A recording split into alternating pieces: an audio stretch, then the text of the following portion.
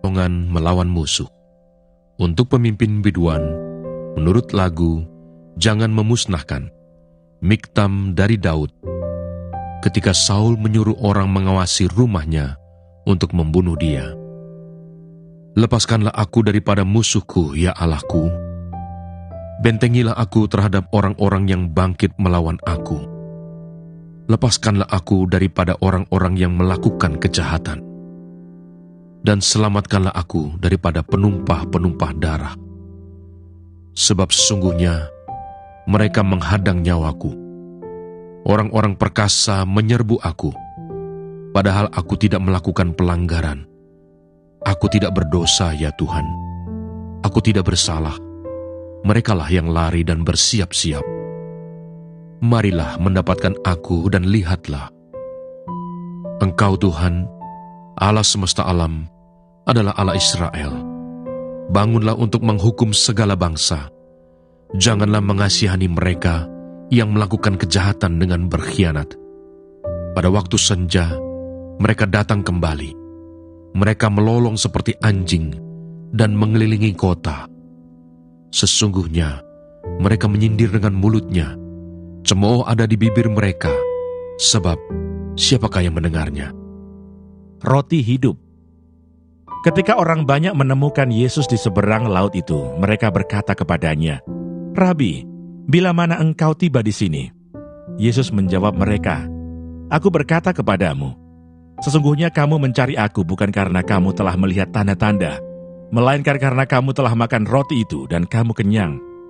Bekerjalah bukan untuk makanan yang akan dapat binasa, melainkan untuk makanan yang bertahan sampai kepada hidup yang kekal, yang akan diberikan Anak Manusia kepadamu. Sebab dialah yang disahkan oleh Bapa Allah dengan meterainya." Lalu kata mereka kepadanya, "Apakah yang harus kami perbuat, supaya kami mengerjakan pekerjaan yang dikehendaki Allah?" Jawab Yesus kepada mereka, "Inilah pekerjaan yang dikehendaki Allah, yaitu hendaklah kamu percaya kepada Dia yang telah diutus Allah." Maka kata mereka kepadanya, "Tanda apakah yang engkau perbuat, supaya dapat kami melihatnya dan percaya kepadamu? Pekerjaan apakah yang engkau lakukan?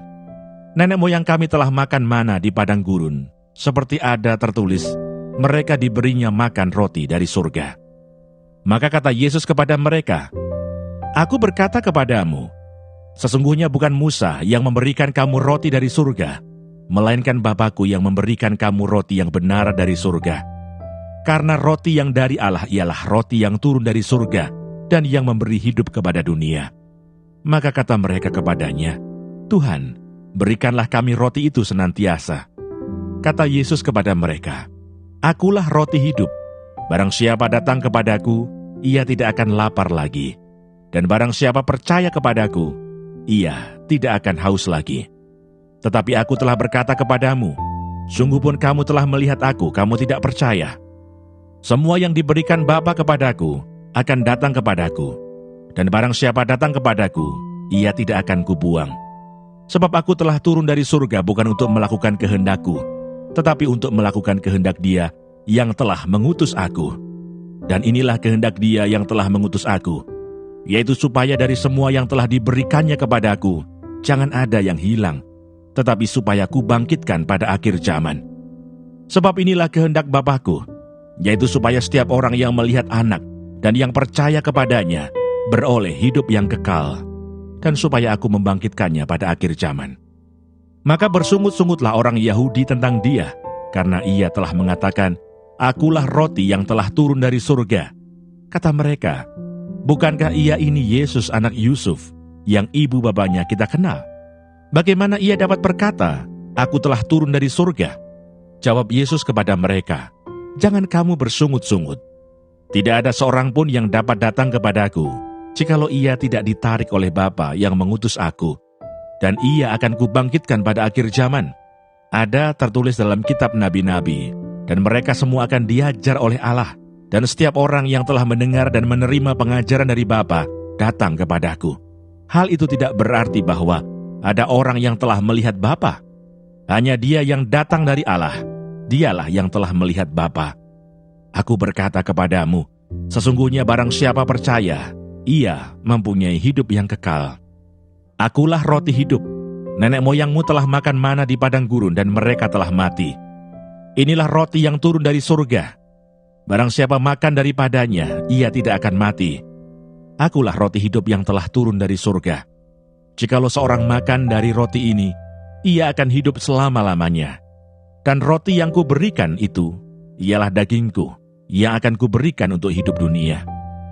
Orang-orang Yahudi bertengkar antara sesama mereka dan berkata, bagaimana ia ini dapat memberikan dagingnya kepada kita untuk dimakan? Maka kata Yesus kepada mereka, Aku berkata kepadamu, sesungguhnya jikalau kamu tidak makan daging anak manusia dan minum darahnya, kamu tidak mempunyai hidup di dalam dirimu. Barang siapa makan dagingku dan minum darahku, ia mempunyai hidup yang kekal, dan aku akan membangkitkan dia pada akhir zaman. Sebab dagingku adalah benar-benar makanan, dan darahku adalah benar-benar minuman. Barang siapa makan dagingku dan minum darahku, ia tinggal di dalam aku dan aku di dalam dia. Sama seperti Bapa yang hidup mengutus aku, dan aku hidup oleh Bapa. Demikian juga barang siapa yang memakan aku, akan hidup oleh aku. Inilah roti yang telah turun dari surga, bukan roti seperti yang dimakan nenek moyangmu, dan mereka telah mati. Barang siapa makan roti ini, ia akan hidup selama-lamanya. Semuanya ini dikatakan Yesus di Kapernaum, ketika ia mengajar di rumah ibadat. Hakim-Hakim pasal 10. Tola.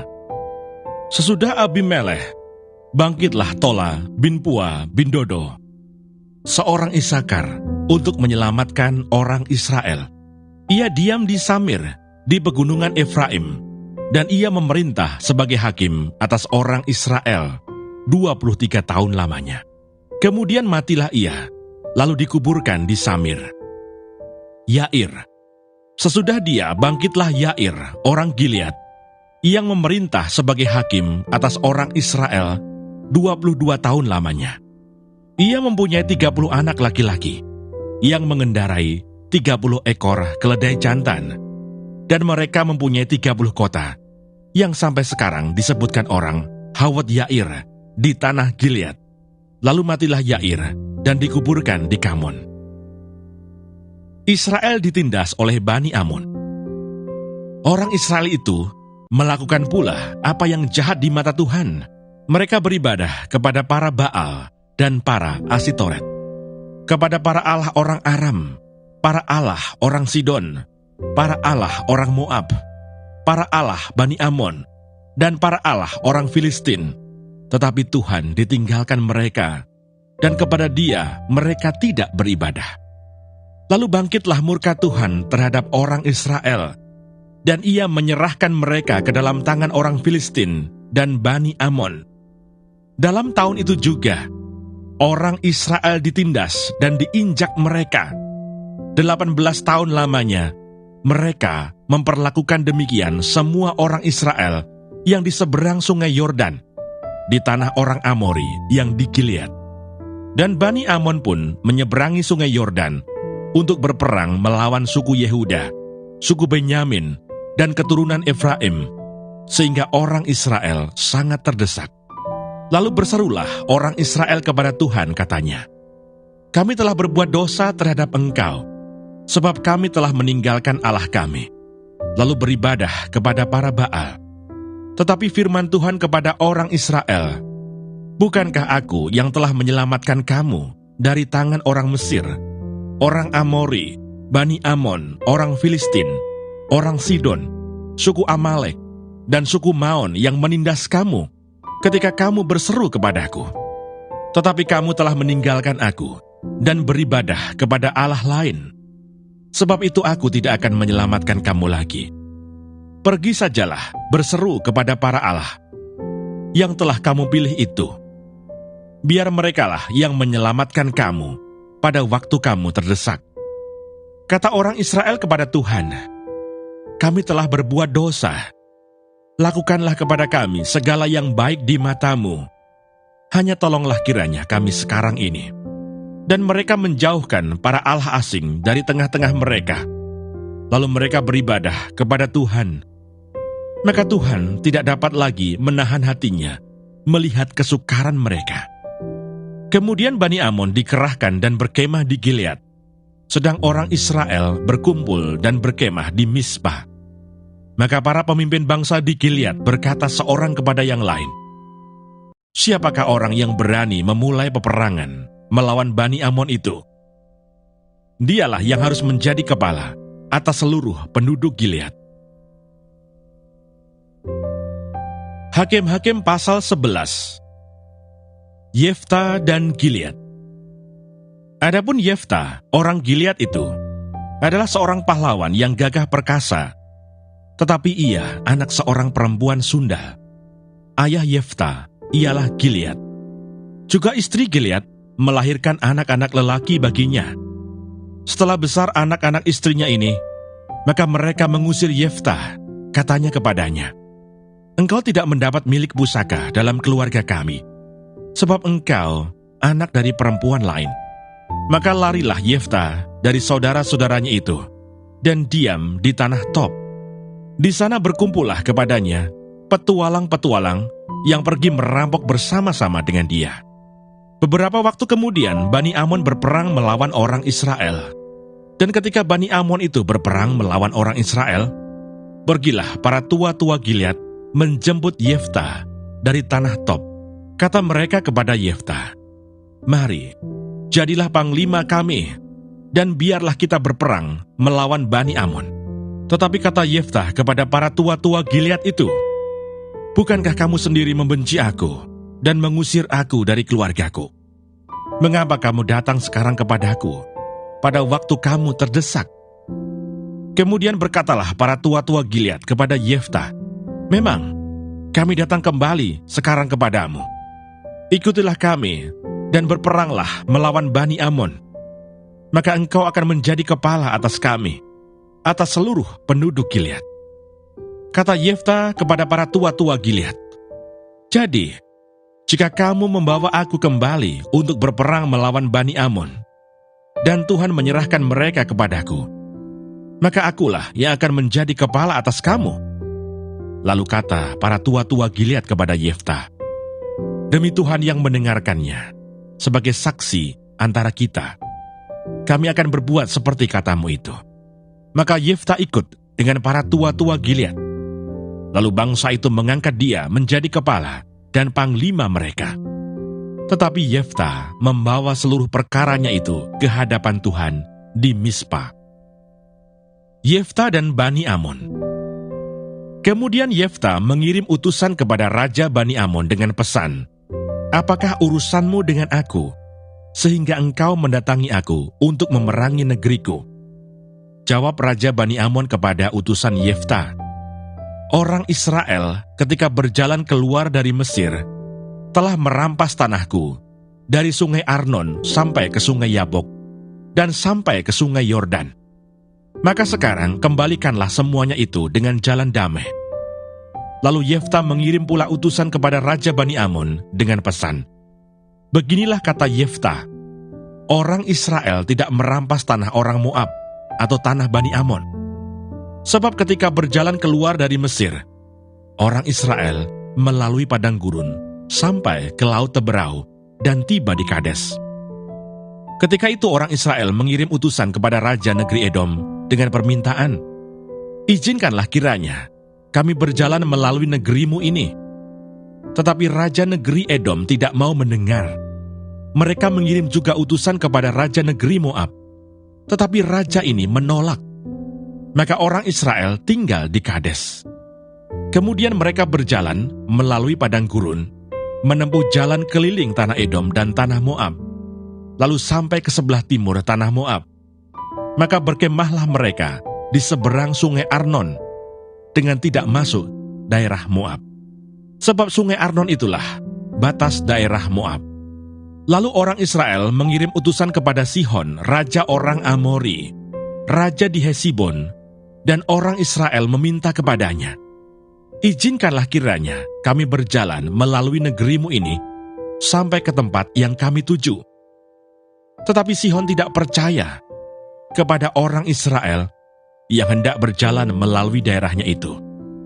Maka dikumpulkannyalah seluruh rakyatnya. Ia berkemah di Yahas, lalu berperang melawan orang Israel. Tetapi Tuhan Allah Israel menyerahkan Sihon dengan seluruh rakyatnya ke dalam tangan orang Israel, dan mereka dikalahkan, sehingga orang Israel menduduki seluruh negeri kepunyaan orang Amori, penduduk negeri itu. Demikianlah dimiliki orang Israel seluruh daerah orang Amori itu, dari sungai Arnon sampai ke sungai Yabok, dan dari padang gurun sampai ke sungai Yordan. Maka sekarang Tuhan Allah Israel telah merebut milik orang Amori bagi Israel umatnya. Apakah engkau hendak memiliki pula tanah mereka itu? Bukankah engkau akan memiliki apa yang diberi oleh Kamos Allahmu? Demikianlah kami memiliki segala yang direbut bagi kami oleh Tuhan Allah kami. Lagi pula, apakah engkau lebih baik dari Balak bin Sipor, Raja Moab? Pernahkah ia menuntut hak kepada orang Israel? Atau pernahkah ia berperang melawan mereka? Ketika orang Israel diam di Hesibon dengan segala anak kotanya, di Aroer dengan segala anak kotanya, dan di segala kota sepanjang kedua tepi sungai Arnon selama 300 tahun. Mengapa pada waktu itu engkau tidak melepaskan kota-kota itu? Jadi aku tidak bersalah terhadap engkau, tetapi engkau berbuat jahat terhadap aku dengan berperang melawan aku.